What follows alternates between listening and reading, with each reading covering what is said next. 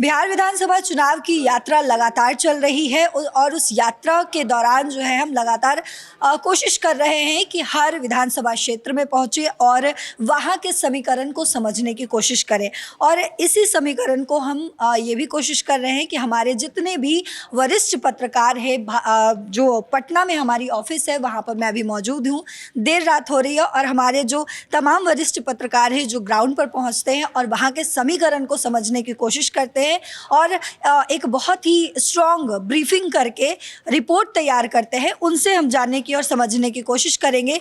जिस MY समीकरण की बात की जाती है, तमाम जो लोग हैं वो ये कहते हुए नज़र आते हैं कि बिहार चुनाव जो है वो जातिगत समीकरण पर ही आधारित है।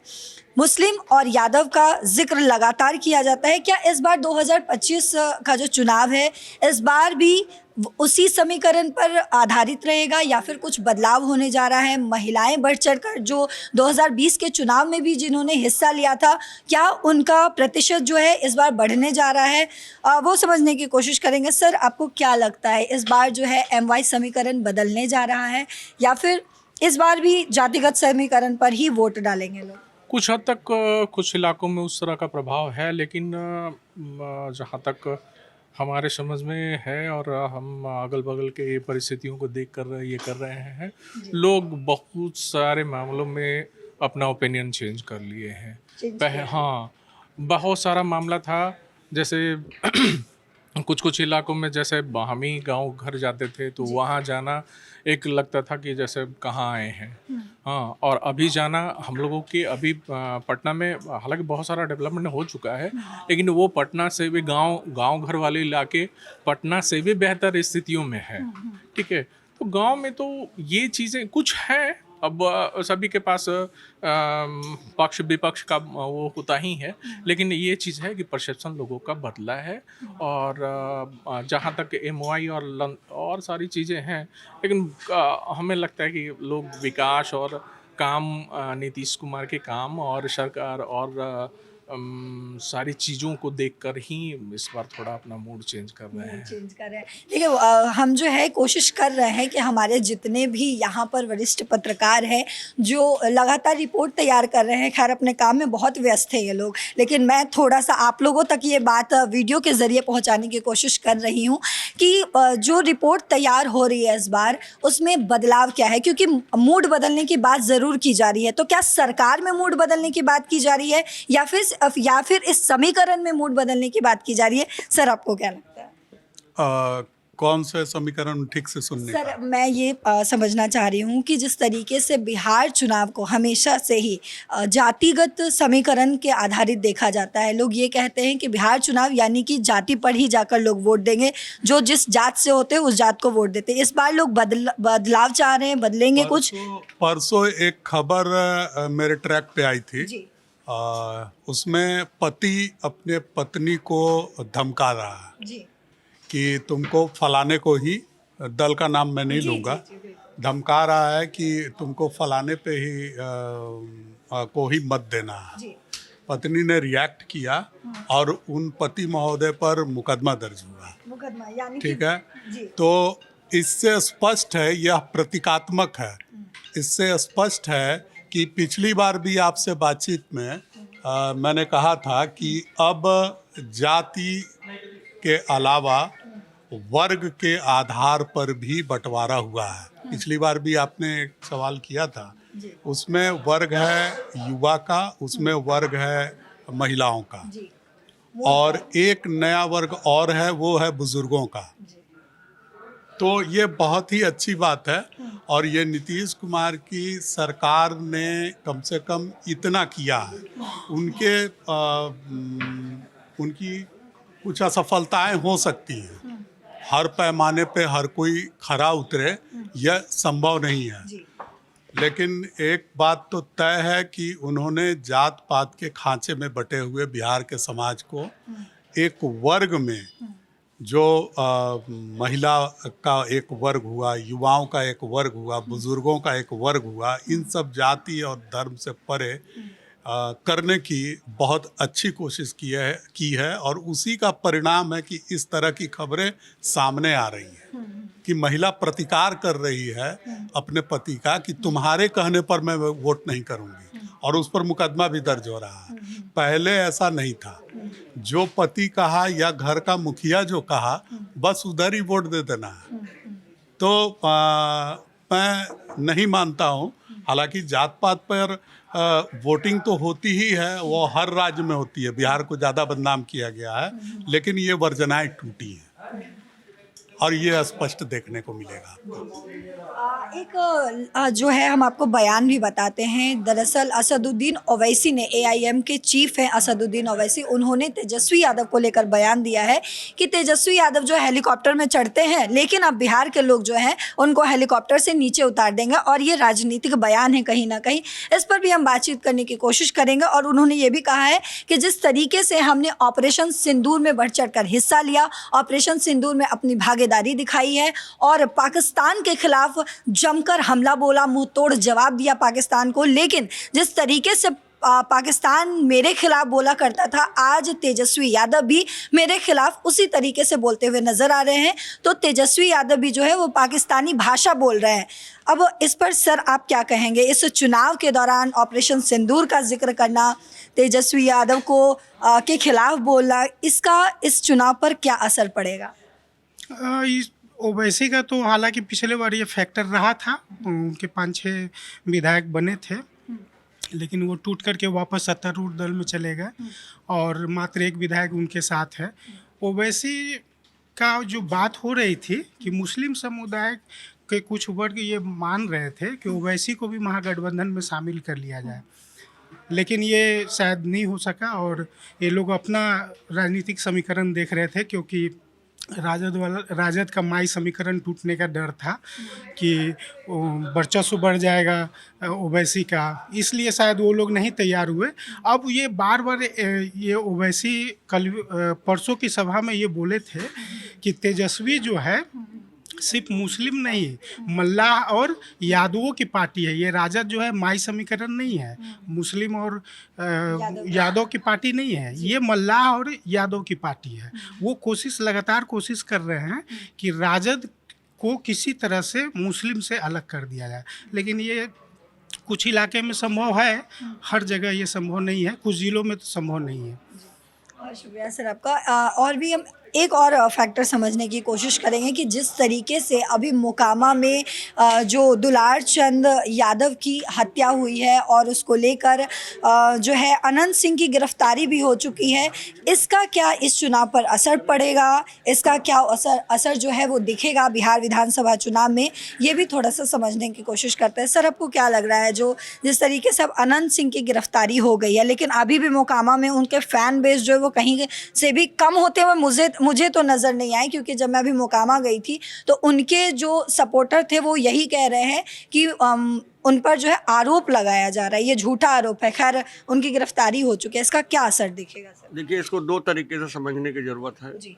एक तो हमको पहले जो विपक्ष ने इसको मुद्दा बनाने की कोशिश किया, एक जाति उस पर लाने की कोशिश की थी कि फॉरवर्ड और यादव मतलब हावी होके एक मर्डर हुआ है और उसमें जो है साथ दिया जा रहा। आयोग ने पूरी कार्रवाई करके ये तय दिखा दिया है कि ऐसा कुछ नहीं है। जो भी अगर जिस पे भी आरोप होगा, अभी एफआईआर में ही केवल नाम है, उसके बावजूद उनको गिरफ्तार किया गया। और अनंत सिंह ने भी जो है मतलब गिरफ्तारी देकर ये बता दिया है कि हम जो भी जांच होगी उसमें हम आने के लिए तैयार हैं। और वहाँ जो मैसेज दिया जाना था वो मैसेज क्लियर है और वो उनके लोग दे रहे हैं अनंत सिंह के। ये अलग बात है कि विपक्ष भी अपने मैसेज दे रहा है। अब ये जनता ही तय करेगी कि मतलब किसका जो है मैसेज मजबूत जाएगा, ये तो चुनाव का परिणाम बताएगा। लेकिन ऐसा नहीं है कि इससे ये मान लिया जाएगा कि अनंत सिंह की चुनावी सफर में कोई बहुत असर पड़ने वाला है, ये नहीं माना जा सकता। नहीं माना जा सकता। तो क्या सर इस पर एक और पॉइंट क्या समझ सकते हैं कि ये जो हमला हुआ, ये जो हत्या हुई है, क्योंकि वहाँ पर हम देखते हैं कि 2 गुटों की के बीच की ये लड़ाई थी, या फिर हम तीसरा एंगल भी ले सकते हैं, 3 नाम इसमें लगातार जो है वो लिया जा रहा है। तो क्या ये भी जाति की लड़ाई थी क्या, जिस तरीके से बिहार में बार बार जाति के नाम पर जो वोट डाला जाता है, या फिर ये चुनावी रंजिश थी? देखिए, वो तो एक घटना है कि एक व्यक्ति की हत्या हुई है, जो गलत था, नहीं होना चाहिए था। लेकिन चूंकि अब वो एक अनंत सिंह का नाम आया, एक एक वर्ग की तरफ से, और जो व्यक्ति जिनका हत्या हुई वो एक दूसरे वर्ग के हैं, और बिहार में ये दोनों वर्गों का टकराव होता रहा है। तो ये अपने आप उस दिशा में चला गया है और नहीं जा रहा, तो राजनीतिक दल चाहेंगे कि उस दिशा में जाए।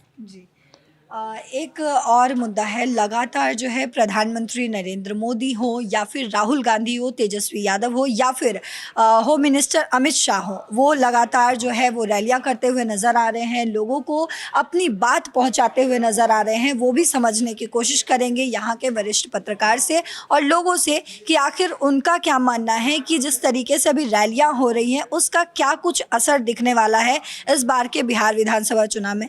सर, आपको क्या लगता है जो रैलियाँ हो रही हैं उसका कुछ खास असर दिखेगा या फिर लोग जो है अपने दिमाग में जो फिक्स कर चुके हैं उसी पर अडिग रहेंगे? जो अपने दिमाग में फिक्स किया उसी पर रहेंगे वो लोग। अच्छा, ठीक है, थोड़ा और सर से समझते हैं क्योंकि लगातार जो है वो रिपोर्ट्स तैयार की जा रही है। सर, आपको क्या लग रहा है जो रैलियां लगातार हो रही हैं, प्रधानमंत्री जो है वो रोड शो कर रहे हैं, रैलियां कर रहे हैं, लोगों से लगातार अपनी बातें साझा कर रहे हैं, लोगों तक अपनी बात पहुंचा रहे हैं, क्या लगता है उसका कुछ खास असर दिखने वाला है? असर तो मतलब पड़ेगा ही, मिला जुला असर पड़ेगा उसका। क्योंकि देखिए तेजस्वी यादव भी जो है अपनी बातों को कहीं से भी लोगों तक पहुंचाने से नहीं चूक रहे हैं। चाहे हम मैनिफेस्टो की ही बात करें, मैनिफेस्टो में भी उन्होंने हर तरीके का जो है एक काउंटर जवाब दिया है, चाहे वो नौकरी को लेकर हो, युवा वर्ग को लेकर हो, रोज़गार को लेकर हो। उधर एनडीए ने भी अपने मैनिफेस्टो में ये सारी बातें कही हैं। तो क्या असर जो रिपोर्ट तैयार हो रही है, जो हमारे जो ग्राउंड रिपोर्ट्स आ रही हैं, उससे क्या आपको लग रहा है कि क्या कुछ इस बार का समीकरण, मूड किधर आपको ज़्यादा जो है लोगों का बनता हुआ नजर आ रहा है? ये कहने के लिए तो आदमी बहुत मतलब अपना ये वक्तव्य देते हैं, लेकिन उस पर अमल करना कितना वो तो सत्ता में आने पर ही पता चलेगा। जी, तो ये अभी जो है यहाँ पर बिहार में कई इलाके ऐसे हैं जहाँ पर कड़ा मुकाबला देखा जा रहा है, एकदम कांटे की टक्कर जिसको कहते हैं वो दिखता हुआ हमें नज़र आ रहा है। लेकिन जो रिपोर्ट्स है उसके आधार पर, क्योंकि अब कुछ ही दिन बचे हैं जब एग्जिट पोल भी हमें दिखने लगेगा। सर, ज़रा आपसे समझूंगी, अभी तक जो रिपोर्ट आया है उसके आधार पर आपको क्या लगता है बिहार का मूड कैसा है? नीतीश कुमार ही रहेंगे। नीतीश कुमार ही रहेंगे। तो सर ने तो एक शब्द में ही क्लियर कर दिया। तो थोड़ा और सर, अभी जो मोकामा में हत्या हुई है उसका क्या असर इस बार के बिहार विधानसभा चुनाव में पड़ेगा? देखिए, मोकामा में जो हत्या हुई है वो तो सब पॉलिटिकल है, सब वो सब राजनीतिक है। लेकिन उससे ऊपर उठ के हम लोग अगर आए तो देखें कि अभी जो मैंने जो मुद्दा है, अभी तो कोई मुद्दा ही नहीं है, किसी भी दल के पास कोई मुद्दा ही नहीं है, कोई मुद्दा नहीं। यहाँ शिक्षा बेरोजगारी पर कोई बात ही नहीं कर रहा है। कोई एक कह रहा है नीतीश कुमार, वो क्या कहते हैं, तेजस्वी यादव कह रहे हैं कि हम सबको नौकरी दे देंगे एक घर से। तो ये पॉसिबल है? कहीं से पॉसिबल है कि इतनी बड़ी जनसंख्या को सर्विस दे देंगे? जो मैंने आंकड़ा देखा है उसके अकॉर्डिंग लगभग 3.5 करोड़ नौकरियां देनी है हर घर में। तो 3.5 करोड़ नौकरियां है अपने यहाँ बिहार में। किसी भी मैंने कोई भी विभाग में, किसी भी विभाग में देख के बताइए कि कहीं भी नौकरी है? आपको क्या लगता है? इस सर के सवाल का आप जवाब दीजिएगा कमेंट बॉक्स में। जी सर। नहीं, तो वही हम बता रहे हैं कि जी इतना मतलब पॉपुलेशन है बिहार का, लगभग इतनी आबादी है, उसमें एक एक व्यक्ति को अगर एक एक घर से एक एक को नौकरी दिया जाए तो कहाँ से खजाना और सरकारी खजाना कहाँ से आएगा इतना पैसा? तो ये एक बहुत बड़ा सवाल शुरुआत से ही बना हुआ है। लेकिन अब थोड़ा सा बात करेंगे जंगल राज को लेकर। सर, आपने जो है वो जंगल राज देखा होगा या फिर हमने तो नहीं देखा है सर, हमने सुना ही है। 2005 से पहले लालू यादव की सरकार थी। 2005 के बाद नीतीश कुमार जो है महागठबंधन के साथ भी मिलकर सरकार बना चुके हैं और एनडीए गठबंधन के साथ भी मिलकर सरकार बना चुके हैं। लेकिन तेजस्वी यादव भी कह रहे हैं कि अभी भी जंगल राज है, जिस तरीके से मोकामा में जो हत्या हुई है। और एनडीए की तरफ से कहा जा रहा है कि लालू यादव की सरकार में जंगल राज था और लड़कियां जो हैं वो सुरक्षित नहीं थी। आपने किस तरीके से दोनों ही टाइम फेज को देखा है? नहीं, जंगल राज तो था जी। जंगल राज तो था कि 6 बजने के बाद कोई रोड पर दिखाई नहीं देते थे। और लेडीज के तो बात छोड़िए, जेंट्स भी नहीं दिखाई देते थे।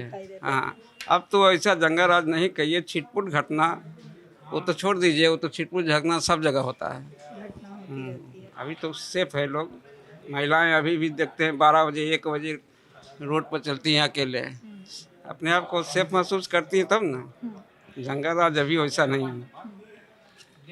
तो बहुत शुक्रिया सर आपका। तो आपने समझा कि किस तरीके से जो है अब समीकरण बनता हुआ नज़र आ रहा है, लेकिन जो मुख्य मुद्दा है वो जाति को लेकर जाति के आधार पर जो वोट दिया जाता रहा है, क्या वो इस बार बदलने वाला है? वो भी हमने सवाल जो है ग्राउंड पर भी पूछा है, लोगों से जानने की और समझने की कोशिश की है। और यहाँ हमारे न्यूज़ रूम में जो वरिष्ठ पत्रकार है, जो कई सालों से पत्रकारिता में हैं, जो लोगों से जा कर बातचीत करते हैं, जो आंकड़े निकालते हैं, उस पर हमने बात की और उससे ये समझ में आया कि इस बार का जो समीकरण बनता हुआ नज़र आ रहा है वो जात से उठकर वर्गों में बढ़ता हुआ नज़र आ रहा है। वो वर्ग महिला हैं, वो वर्ग बुजुर्गों का है, वो वर्ग युवाओं का है। लेकिन कब किसका मूड कैसा होगा, बिहार में क्या कुछ बदलाव हो सकता है, ये तो आने वाले वक्त में पता चलेगा। लेकिन हमारे इन एक्सपर्ट्स पत्रकार जो हैं, इनके